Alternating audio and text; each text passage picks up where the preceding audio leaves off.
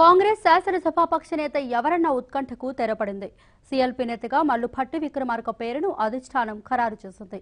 CLP ఇచ్చిన నిర్ణయాధికారంతో Bhatti విక్రమార్కనే CLP నేతగా రాహుల్ గాంధీ నిర్ణయించారు. ఈ మేరకు ఏఐసీసీ ప్రధాన కార్యదర్శి అశోక్ గెహ్లాట్ ఉత్తర్వులు జారీ చేశారు.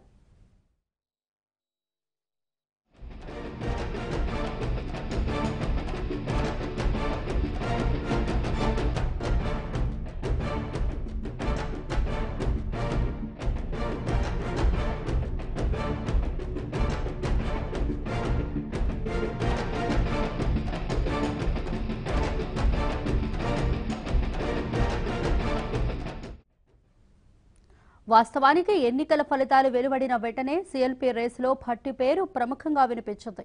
శాసనసభ సమావేశాల తేదీల నిర్ణయం జరగడంతోనే ఈ చర్చ ఊపందుకుంది.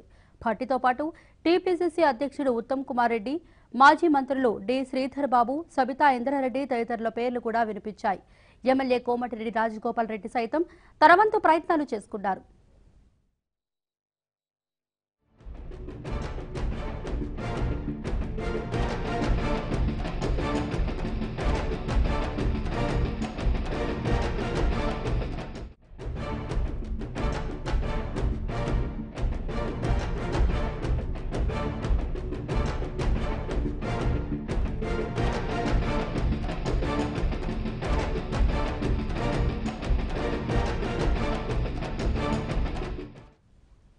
పదిహేడవ తేదీన సీఎల్పీ భేటీకి ముందు రోజే అధిష్టానం పరిశీలకుడిగా ఏఐసీసీ ప్రధాన కార్యదర్శి కేసీ వేణుగోపాల్ హైదరాబాద్కు వచ్చారు.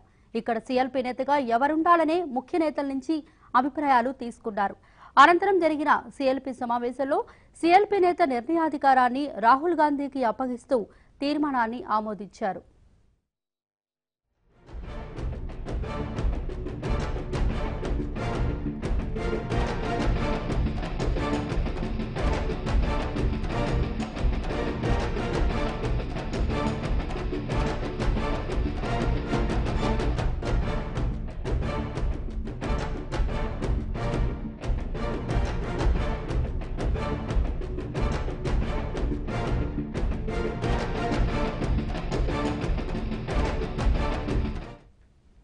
భేటీలో ప్రధానంగా ఉత్తమ్ భట్టి పేర్లను పరిశీలించిన అధిష్టానం భట్టికే ఓటు వేసింది. శాసనసభ వ్యవహారాల్లో అనుభవం, సామాజిక సమీకరణాలు తదితరాలను పరిగణలోకి తీసుకుని భట్టి పేరును ఖరారు చేసింది.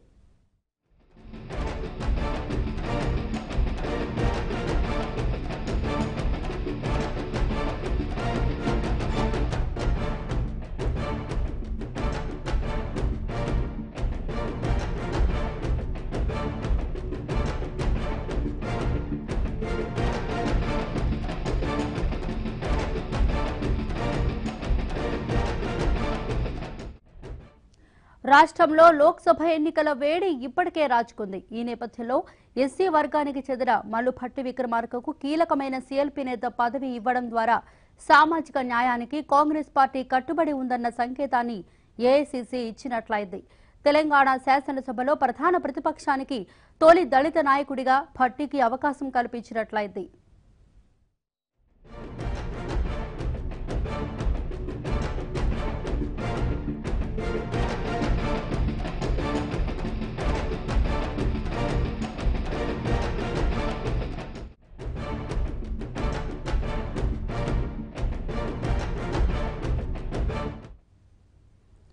కేసీఆర్ ప్రభుత్వ వైఫల్యాలపై సభా వేదికగా పోరాటం సాగిస్తామని సీఎల్పీ నేతగా నియామకమైన మల్లు భట్టి విక్రమార్క చెప్పారు. కాంగ్రెస్ ఎమ్మెల్యేలెవరూ పార్టీని వీడారంటున్న ఆయనతో మా correspondent Narasingarao face to face.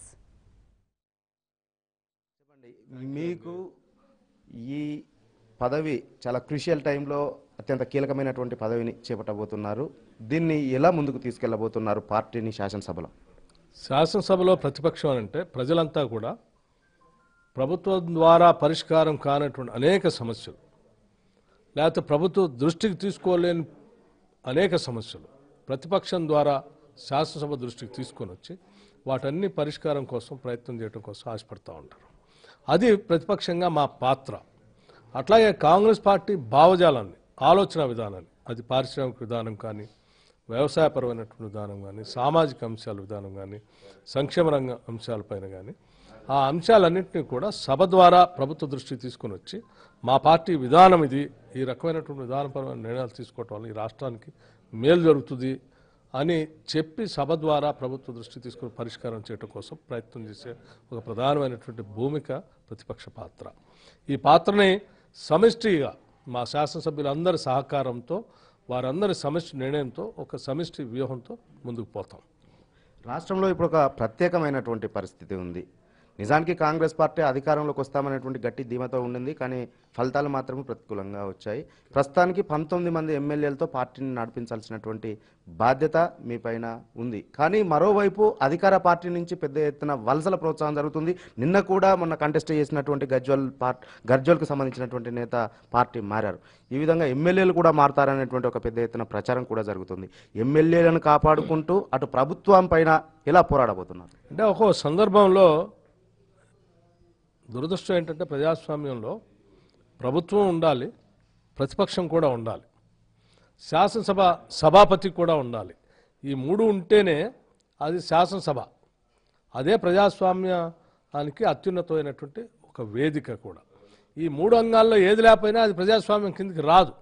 So ప్రభుత్వం డెఫినెట్గా ప్రభుత్వం ఎంత బలంగా ఉండాలని కోరుకుంటుందో అలాగే ప్రతిపక్షం కూడా అంత బలంగా ఉండాలని కోరుకోవాలి. అదే నిజమైనటువంటి ప్రజాస్వామ్య స్ఫూర్తి కలిగినటువంటి నాయకులు చేసేటువంటి విధానం. అలా కాకుండా దురదృష్టం ప్రతిపక్షం అనేది లేకుండా మొత్తం ప్రభుత్వ యంత్రాంగాన్ని అందరినీ ఉపయోగించి ఆ ప్రభుత్వం ద్వారా వచ్చేటువంటి శక్తిని, వ్యవస్థలన్నింటినీ ఉపయోగించి ప్రతిపక్షం లేకుండా చేయాలనేటువంటి ఆలోచన ఇది ప్రజాస్వామ్యానికి మంచిది కాదు.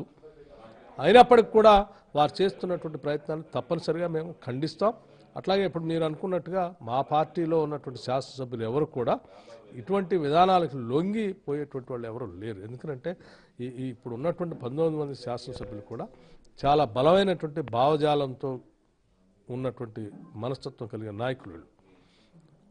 అనేక రకాలైనటువంటి ఈ సమాజంలో ఉన్న ఆదివాసీల సమస్యలపైన కానీ, లేకపోతే వ్యవసాయపరంగా ఉన్నటువంటి రైతుల సమస్యలు కానీ, సంక్షేమ సమస్యలు కానీ, ఈ రాష్ట్రాన్ని అభివృద్ధి చేసుకోవాలనేటువంటి ఆలోచనతో తెలంగాణ తెచ్చుకున్నటువంటి ఆలోచన విధానం కానీ, ఇవన్నీ కలగలిపి బలంగా కాంగ్రెస్ పార్టీ విధానాల ద్వారా, ఆ ప్లాట్ఫామ్ ద్వారానే ఈ సమస్యల పరిష్కారం చేయగలమని నమ్మి పోటీ చేసి ఆ పార్టీ ద్వారా ఈ సమస్యల పరిష్కారం కోసం ముందు పోవాలని ఆలోచన కలిగిన శాసనసభ్యులు ఉన్నటువంటి పరిస్థితి ఈరోజు.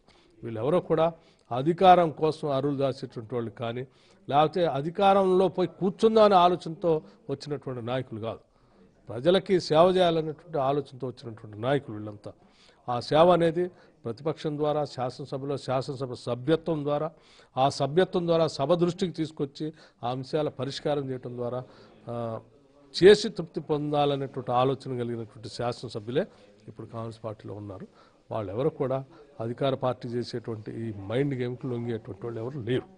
ఇటీవలి కాలం వరకు కాంగ్రెస్ శాసనసభ పక్ష నేతగా ఉన్నటువంటి జానారెడ్డి సభలో మెతక వైఖరి అవలంబించడం వల్ల అధికార పార్టీ కాంగ్రెస్ పైన పైచేయి సాధించినటువంటి పరిస్థితి ఉంది అనేటువంటి ఒక వాదన ఉంది. సో ఇప్పుడు బట్టి విక్రమార్క గారు కూడా సిఎల్పి నేతగా రాబోతున్నారు.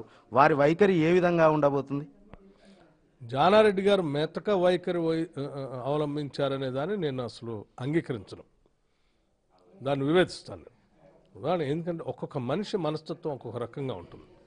జానారెడ్డి గారు అనేక సంవత్సరాల తన రాజకీయ అనుభవంలో ఒక పాత తరం విలువలతో కూడినటువంటి ఆలోచన విధానంతో కలిగినటువంటి నాయకుడు.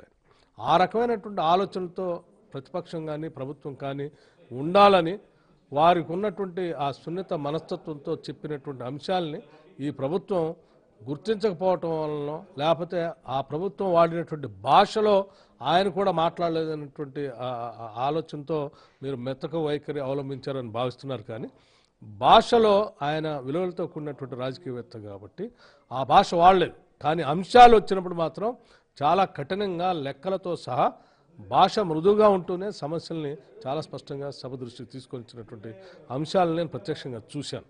కాబట్టి దాన్ని మెతక వైఖరి అని నేను అనుకోను.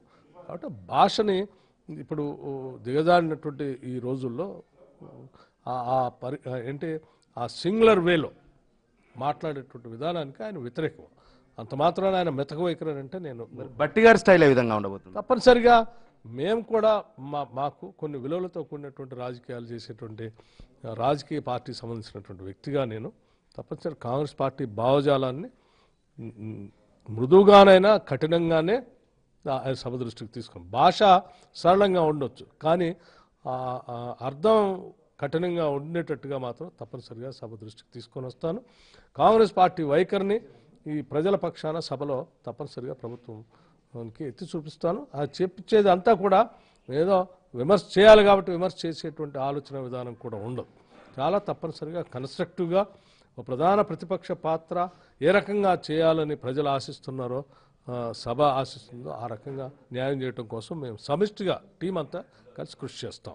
కాంగ్రెస్ పార్టీలో సిఎల్పి నాయకుని కోసం ఒకరిద్దరు నేతలు కూడా మీతో పాటుగా పోటీ పడ్డట్లుగా కనిపించింది. సో బట్టి విక్రమార్క గారికి ఏ అంశాలు కలిసి వచ్చాయి? సామాజిక సమీకరణలు సిఎల్పి నేతగా ఎన్నుకోవడానికి దోహదపడ్డాయా, లేదంటే అతనికి ఉన్నటువంటి అనుభవం, గత అనుభవం? అందరి శాసనసభ్యుల యొక్క అభిమానం బాగా దోహదపడ్డది ఇందులో. అట్లాగే గతంలో ఈ కాంగ్రెస్ పార్టీ అనేక సందర్భాల్లో నాకు అప్పచెప్పినటువంటి బాధ్యతలు చీఫ్ విప్ కానీ, డిప్యూటీ స్పీకర్గా కానీ, లేకపోతే పార్టీ వర్కింగ్ ప్రెసిడెంట్గా కానీ చేసినటువంటి అనుభవం కూడా కొంత పార్టీ నాయకత్వం పరిగణలో తీసుకుందని నేను అనుకుంటున్నాను. అట్లాగే మా రాష్ట్ర నాయకత్వం, సీనియర్ నాయకులు కూడా అందరి అభిప్రాయాలను పరిగణలో తీసుకొనే రాహుల్ గాంధీ గారు ఈ నిర్ణయం చేశారు. అందరి ఆశీస్సులతోనే నేను నియమించబడ్డాను.